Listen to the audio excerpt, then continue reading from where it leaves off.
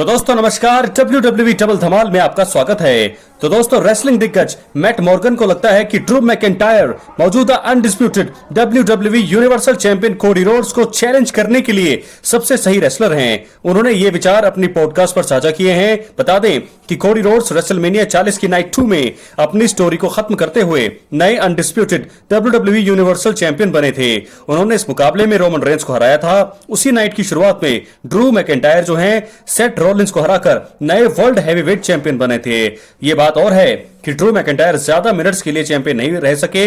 उन पर Damien priest ने अपना money in the bank briefcase cash in करके चैंपियनशिप जीत ली। मैट मॉर्गन ने गिगनेटिक पॉप पॉडकास्ट में मैकिंटायर को कोडी रोड्स के लिए सही चैलेंजर होने के 2 कारण बताते हुए कहा है। लेकिन उससे पहले नमस्कार, WWE डबल धमाल में दोस्तों आपका स्वागत है। रेसलिंग से जुड़ी हुई तमाम जानकारी के लिए चैनल को सब्सक्राइब करें, एक्टिव रहें। तो चलिए दोस्तों वीडियो को आगे बढ़ाते हैं। दोस्तों आपको बता दें कि उन्होंने कहा, अगर कोई ऐसा इंसान है जिसका कोडी रोड्स के साथ मुकाबला हो सकता था और जो बिल्कुल डोमिनेंट है तो वो ड्रू मैकिंटायर होंगे या जो आगे होने वाला है।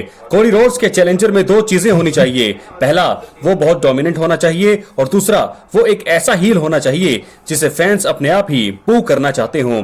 ऐसे में वो कोडी रोड्स को आउट चीयर नहीं कर सकेंगे, जिससे कोडी रोड्स को हेल्प मिलेगी, क्योंकि कोडी रोड्स को भी अभी चीयर किए जाने की ज्यादा जरूरत है। आपको ये बात ध्यान में रखनी होगी।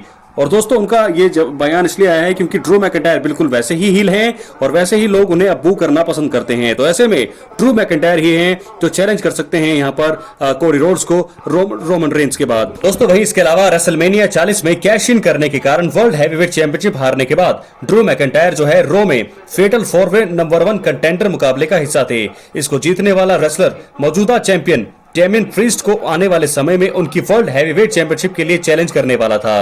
लेकिन इस मुकाबले में होता क्या है कि उनके सामने ब्रॉन्सन रीड, रिकोशी और जे उसो थे। मैच के कुछ अंतिम पलों में जब वो जे उसो पर क्लेमोर हिट करने वाले थे तो उसी समय CM पंक ने आकर उनका पैर पकड़ लिया था। इसके कारण जे उसो ने ड्रू मैकिंटायर पर स्पीयर लगाया और फिर स्प्लैश देकर जीत दर्ज कर ली। मैकिंटायर भले ही वर्ल्ड हैवीवेट टाइटल के लिए अब कंटेंडर नहीं बन पाए, लेकिन वो कोडी रोड्स को उनकी चैंपियनशिप के लिए निशाना बना सकते हैं। तो दोस्तों इस प्रकार हालांकि ड्रू मैकिंटायर को जो है अभी CM पंक के साथ राइवलरी चल रही है, तो CM पंक और ड्रू मैकिंटायर की राइवलरी यहां पर शुरू हो सकती है। लेकिन फिर भी भविष्य में रोमन रेंस के बाद WWE में रोमन रेंस को हराने के बाद कोडी रोड्स के टाइटल के लिए कौन हो सकता है अगला चैलेंजर? सबसे बढ़िया चैलेंजर वो बताया है ड्रू मैकिंटायर, रेसलिंग दिग्गज ने। तो दोस्तों क्या आपकी भी यही राय है?